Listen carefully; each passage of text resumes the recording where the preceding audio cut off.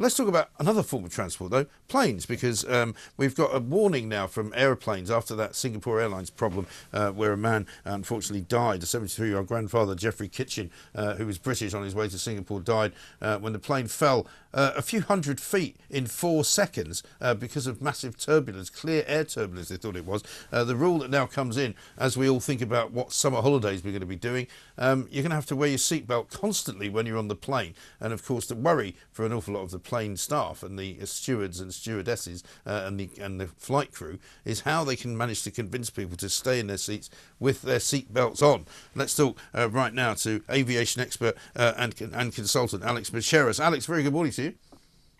Good morning. Thanks very much for joining us. I mean, there was another incident like this, I think, just a week or two ago.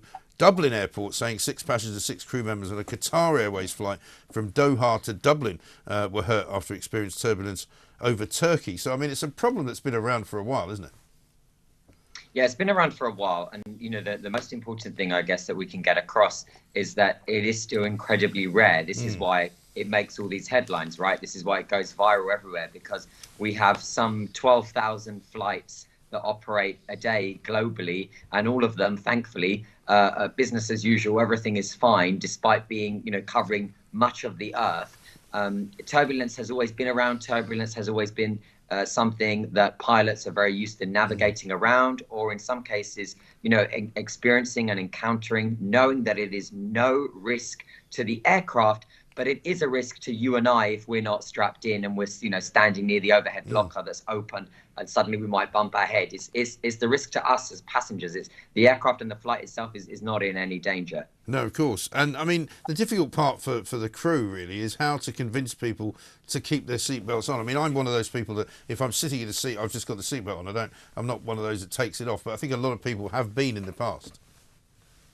Yeah, and I think it's just kind of having that mindset kind of shift a bit and evolve into the seatbelt sign being switched off after takeoff isn't actually a sign to say now unbuckle. Right. It just means that no longer mandatory because we're unlikely to experience. But every single announcement, Mike, since the beginning of aviation has always started with, but if you are seated, keep your seatbelts fastened at all times in case of unexpected turbulence. And that's what that Singapore Airlines flight flew through. It flew through unexpected turbulence, and that turbulence was severe. In fact, it was categorically on the severe end of severe.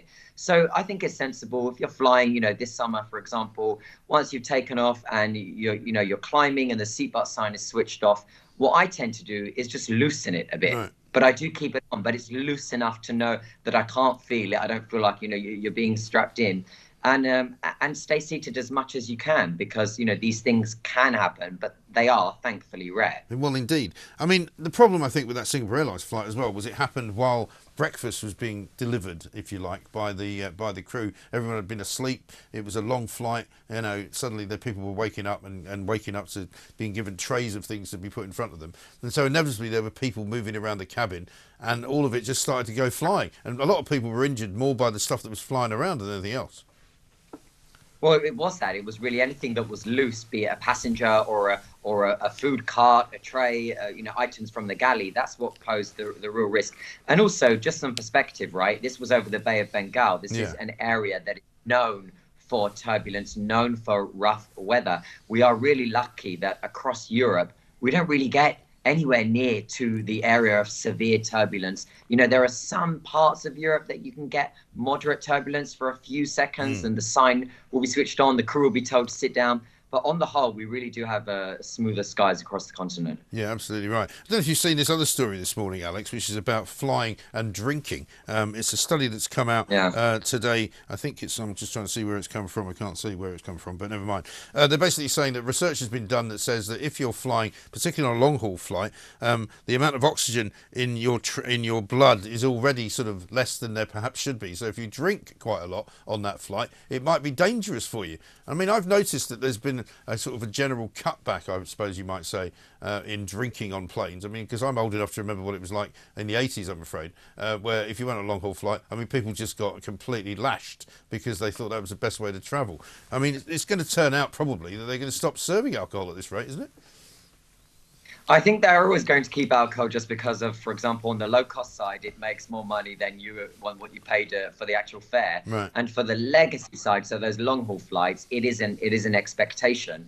But it's true, there are studies, and this is just another one of those studies that shows that the effects of alcohol are exaggerated and heightened on a pressurized aircraft. And this particular study was interesting because it also did young people as well as middle age and older, and it said that also the effects were the same. That their blood pressure was at dangerous levels in some scenarios because of the way that the cabin air is pressurized. I think that alcohol for many, especially when flying long haul, is something that a gin and tonic relaxes a person before they have a sleep on a long haul flight, and I don't think that's going anywhere. But also, is definitely not sensible to get absolutely hammered on a commercial aircraft for a million reasons that I don't have to take you through, but not least because you do have to keep your wits about you, because things can happen and you need to be alert in some scenarios where I think it would be better if you were not a bit confused and dazed because of the amount you've just drank. Yeah, exactly right. It also said that some of the participants did better if they were sleeping lying down, which obviously means if you can afford to go first class and you can get one of those flat seats, you're better off in all sorts of ways. You might actually get to the end of the flight alive as opposed to dead.